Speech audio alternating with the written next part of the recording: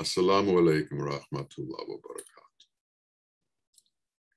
At the time of the Prophet, it is reported that he gave indication as to when the Mahdi would come.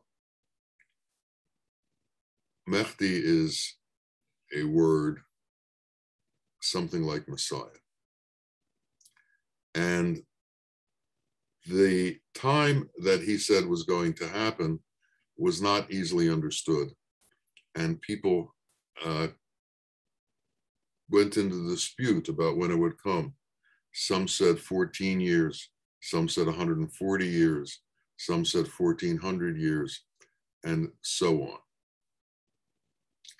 In a talk that Bawa gave at the opening of the mosque in Philadelphia, he spoke about this. And he said, while he was talking about this unknown time, he said, many people from the time of the Prophet till now have been waiting for this event to occur. And many people have been waiting to be saved by this coming. And he asked, how many people have died waiting for this to happen? So his advice was, when that will happen, it will happen. In the interim, we all need to get into the process of saving ourselves. We all need to begin the journey towards the truth and finding the truth within us.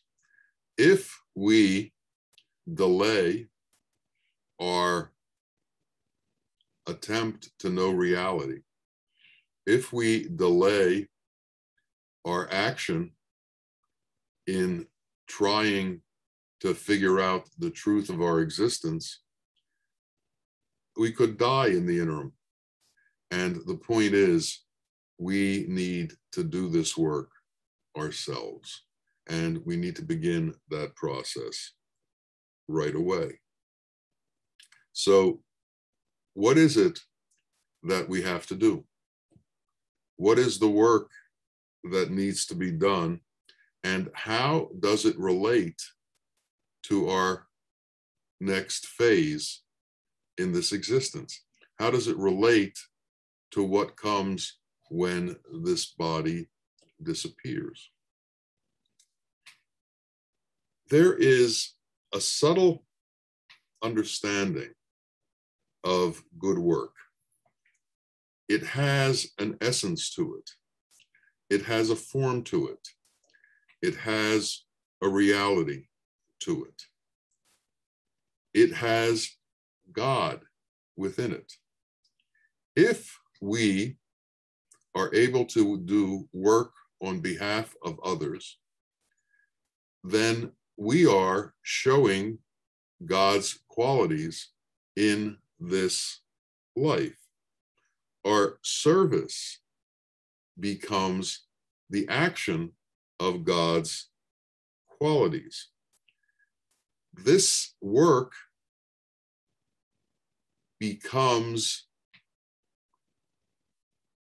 subtle understandings, subtle interactions, and creates subtle beings that will serve us in the afterlife.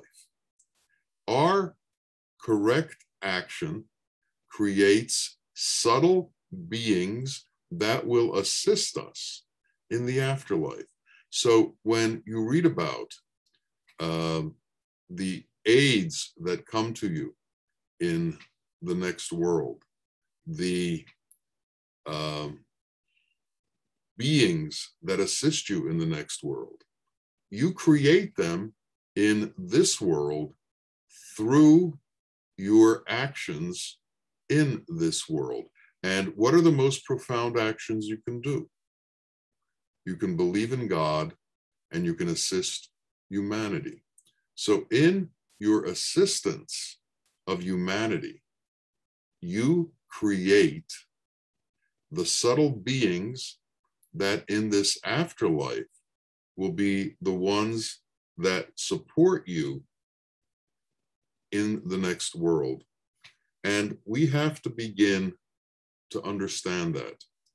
We have to begin to understand that we create our next existence through our actions in this existence.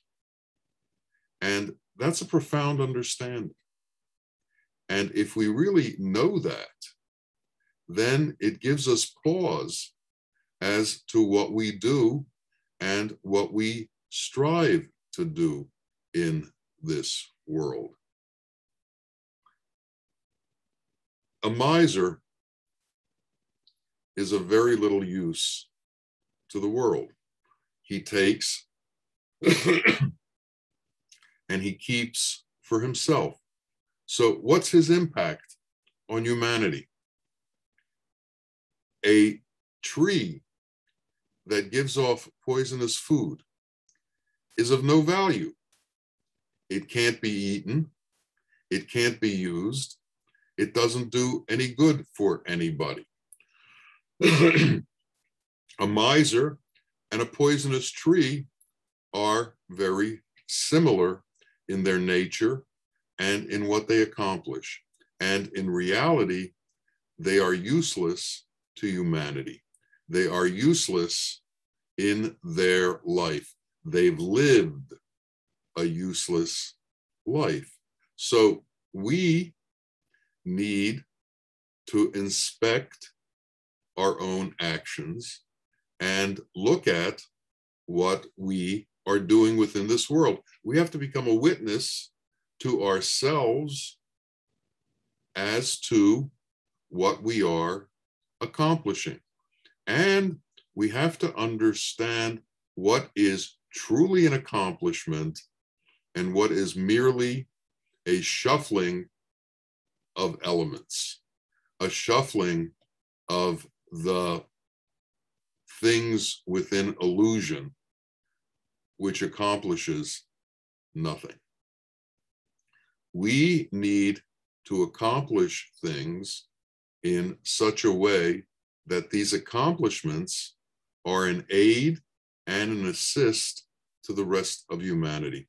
We all know that God is the creator, the sustainer, and the nourisher. Are we acting as God's vice regent on this earth? Are we doing his work on this earth? To what extent are we working on behalf of God? To what extent are we working on behalf of ourselves? To what extent are we working on behalf of worldly enterprises and worldly ideas? To what extent are we trying to create utopias on earth as opposed to understanding that utopia is Allah's kingdom? It's not meant to be the kingdom of this world. Now, we can make this world a heaven for ourselves by integrating with Allah's qualities and passing those on to others. This is part of the work that we have to do. And if we can relieve ourselves of all of our attachments to this physical world and only be attached to reality and to God's kingdom while in this world, then the difference between life and death disappears. And it's a very smooth movement from life into the next world. Death doesn't become death. It's not an end. It's a new beginning. A new beginning that comes when this body is shed. Rumi called it the changing of shirts. He said, when I go, I take off this shirt and put on a new shirt. The ultimate understanding of our existence is that we are here in order to be able to integrate ourselves with reality. We are born into illusion, and it is our work to transform ourselves from this illusionary ideal and these illusory ideas that the mind has into understanding reality and becoming at one with reality. And to be able to do this, we have to segregate ourselves from that which is not real and integrate ourselves to that which is real. To do this, we have to be able to bypass desire. We have to be able to bypass lust. We have to be able to bypass the mind.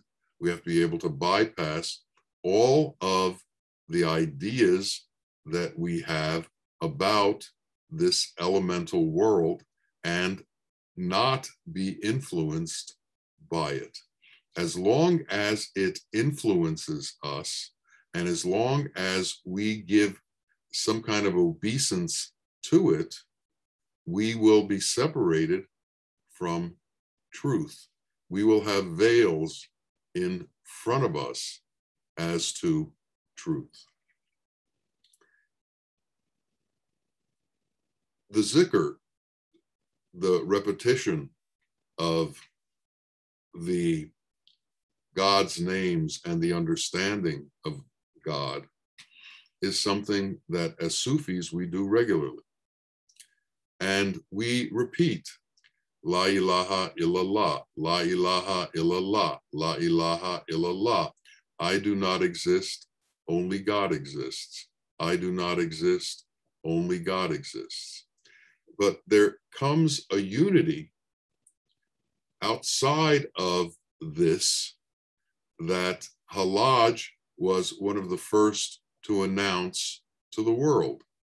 And that was Anal Haq, I am reality. So it was no longer, I do not exist, only God exists.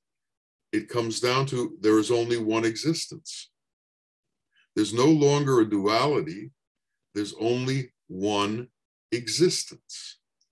And we have to understand that one existence. But as long as your mind continues to demand the fact that it exists, that's not one existence. That's duality. So we need to go from duality to unity. And this is a constant striving. This is a constant work. This is a constant avoidance of all of the magnetisms and the hypnotisms and the glitters and the pulls and the pushes of this illusory world. This is a constant striving to fight the karma of this world. This is the struggle between ourselves and Maya, ourselves and karma, ourselves and illusion, ourselves and all our inherited traits. We have to separate ourselves. We have to become apart from that. And that's why it's said that as you become closer to the truth, the world becomes your enemy. Because it's just natural. The world is your enemy. So why would you think it would be anything else? Why would the world praise you when you are in fact denying it, rejecting it, pushing it away, and saying you're of no value? Imagine you going up to somebody and telling them you're of no value. You don't know what you're doing. You have no concept of what is real. Are they going to be your friend? Or are they going to be your enemy? You're going to create enemies. But we shouldn't verbalize what I just said towards others, obviously, because this is a path that everyone should have the opportunity to be included in.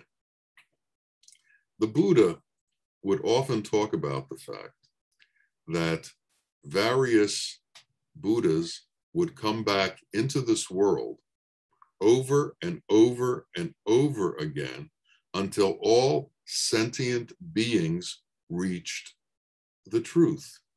So he understood that the teaching was not for one or two or three. The teaching was for all of humanity. And the work was not done until all of humanity was brought into the truth. The prophet didn't come for one or two people. He came for all of humanity. The ketubs, the ones who are the pillars between the heaven and the earth, don't come here to bring one or two people. They come to try and save all of humanity.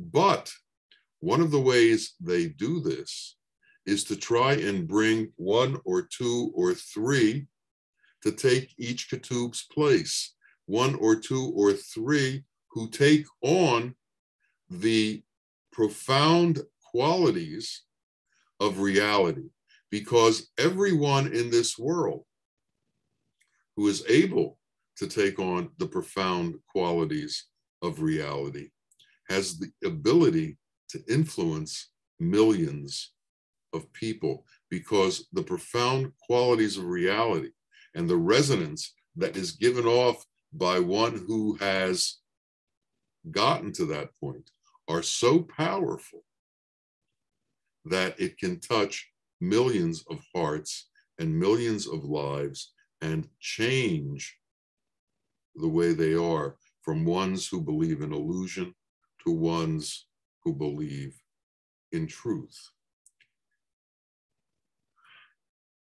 The struggle to overcome our attachment to illusion is constant. And we can never assume that we have accomplished an end to this struggle. We have to stay in a state of humility, because if we do not stay in a state of humility, arrogance, hastiness, jealousy, and all of the qualities that are not godly will immediately enter into us. We have to be small.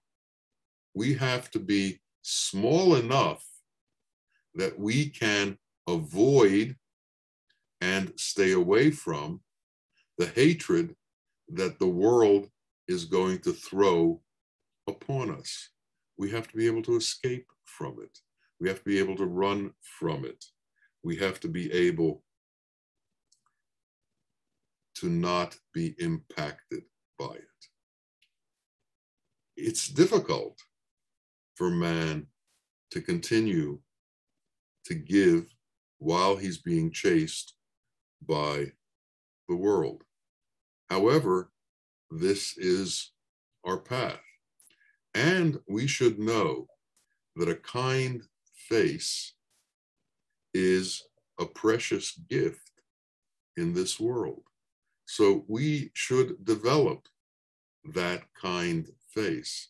And that should be the face that we show to the world. There's an old poem that says, God came to my house and asked for charity. And I said, what can I give you? And God responded, love, only love. So if we are to give love towards God, what are we supposed to give towards our fellow man? What are we supposed to give towards our acquaintances? What are we supposed to give to the people that we run into? We're supposed to give love. And what if they reject that love, move on and continue to give love. Don't stop giving love because of adverse reaction from people who don't understand love.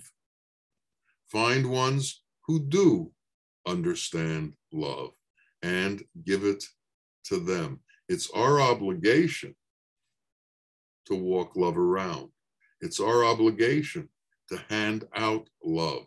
It's our obligation to be constantly in a state of love. And to do this, we have to really watch our own qualities. We have to watch ourselves. We have to develop a witness within ourselves that is constantly in tune to the way that we are. And if we don't do that, we will lose focus and we will steer off the straight path.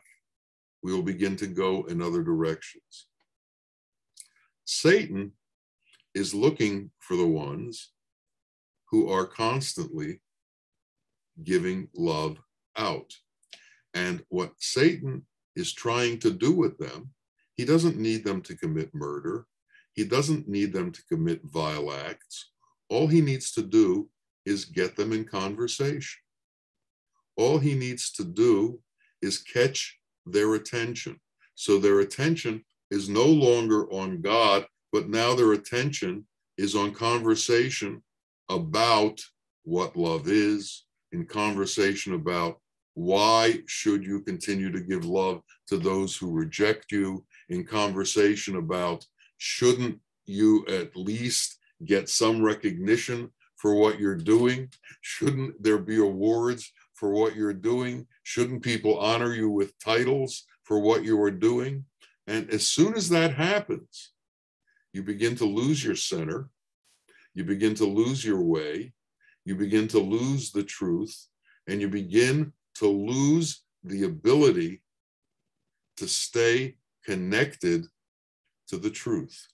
It takes immense faith, concentration, and certitude to stay connected to the truth.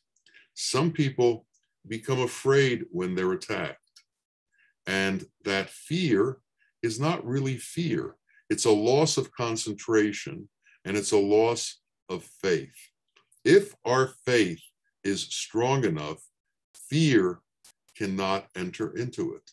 If our faith is strong enough, illusion cannot enter into it. If our faith is strong enough, Satan can't enter into it. We have certain belief systems, things that we hold self-evident as true. We believe that every morning the sun is going to rise, and we're very sure of that. We believe every evening the sun will set and the moon will appear in a certain form. We're very sure of that.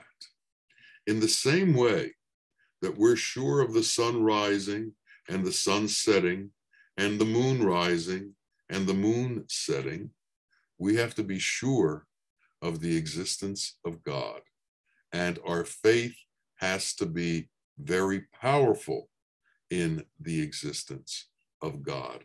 Our faith has to be so strong that we can't be tipped over, that we can't be brought into conversation that brings doubt into our being.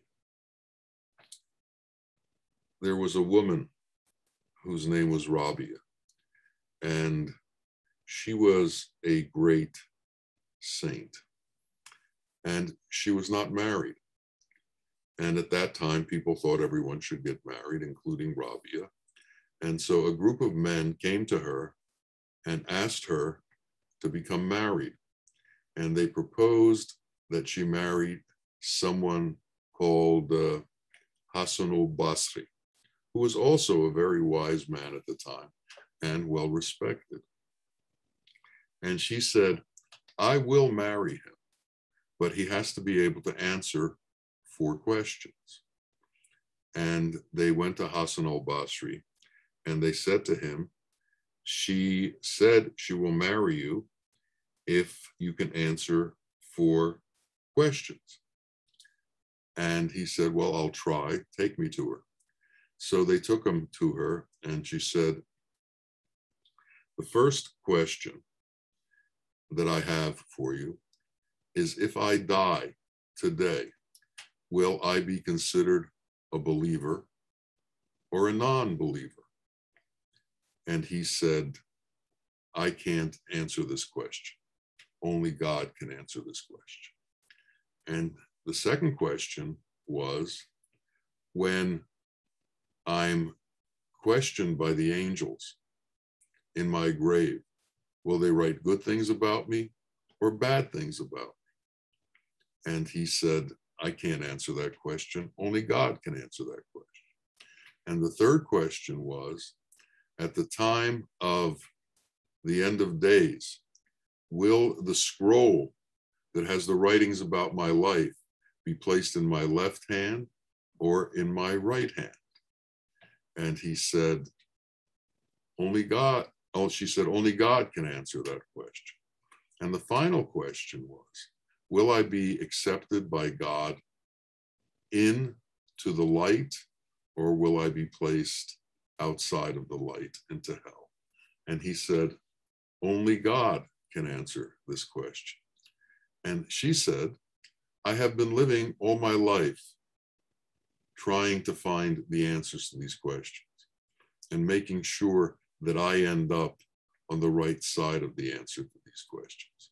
And if you can't answer these questions for me, and if you can't help me in this direction, I don't need to be married. Marry somebody who's suitable to take care of you. Right now, I'm too busy trying to discern the nature of my own life. Now, all of us should be asking these questions to ourselves. All of us should be wondering, what is our life like, and what are we doing to answer these questions in the appropriate way? What are we doing that takes us to where we want to go? And the question that immediately comes out of that is, where is it that we want to go? When I was 26, I think, I had just started working. And I had already met Bawa. And at that time, there was just one book, and it was called The Divine Luminous Wisdom That Dispels the Darkness. And you can imagine, I had been with Bawa for a few months now, and my fervor was high. And I spoke to everyone I met about him. And my boss at work was one of the people that I spoke to. And I liked my boss. He was a nice man. And I gave him a copy of the book. And I said, you should read this. It could change your life. And that was on a Friday. On a Monday, I came back in the office and he handed me the book back. And he said, it's very interesting, but in order to do what he wants me to do, I have to change too many things. And I like the way I am right now, and I like my lifestyle right now. So, what are we thinking? Are we satisfied with our lifestyle right now? Do we enjoy our lifestyle in this world? Have we accomplished honor in this world? Have we accomplished titles in this world? Do we walk around as if we can rule this world? Have we accumulated enough money that we have power in this world? And does that power in this world satisfy what it is that we want? These are questions we have to ask ourselves. What is it that we want? How far is our vision? Does our vision take us to tomorrow, or does our vision take us through eternity? This is a very relevant question. Are we looking towards life in this world, or are we looking to life beyond this world? Are we trying to accomplish things for this world, or are we trying to accomplish things for eternity? All of these things, all of the answers that we come up with to these questions are going to be the answers that decide the trajectory of our existence, the trajectory of the path that we're on. And that trajectory is going to go one of two ways. It's going to go to eternity, or it's going to be caught within the web of illusion and be held within this elemental world without the ability to escape. The existentialists, a group of philosophers who felt there was nothing beyond this world, one of their books is called No Exit. And they're right. If you don't see beyond this world, if all you can imagine is the illusion that is this existence, then there is no exit. You are trapped within illusion, and illusion will hold you in place, and there's no way to escape from it. But if you can find that God is real, and if you can find that his qualities change your inner experience, and if you can find that to bring love into your being changes your essence, changes your attitude, changes the way and who you are, if you can integrate yourself within those things, you'll be able to feel God's qualities. In his mercy towards us, God has allowed us to share in his qualities. So when we experience mercy, we are experiencing godliness, and we can feel it. When we experience compassion, we are experiencing godliness, and we can feel it. The good that you do comes back to you, and you can understand it. There are rewards for your goodness, and the reward is that you can feel the truth. The reward for being compassionate is you become compassion, and compassion is godly. So imagine the state that you can be in if you are doing God's acts, if you are doing God's work. Imagine the majesty and the ecstasy and the grace that will overwhelm you if you bring yourself to the state of doing God's work. And God is waiting for us to do his work. He has made us partners with him in doing this work in this world. And that's why we're called his vice regents. We're here to aid in the work of bringing humanity the truth. And in doing that, we create a place for ourselves with God. We are taken to the place where we are amongst the ones that are called his friends. His friends are the ones who are like unto him. His friends are the ones who enter reality. His friends are the ones who know the truth. And what greater blessing can come to us than to become among his friends?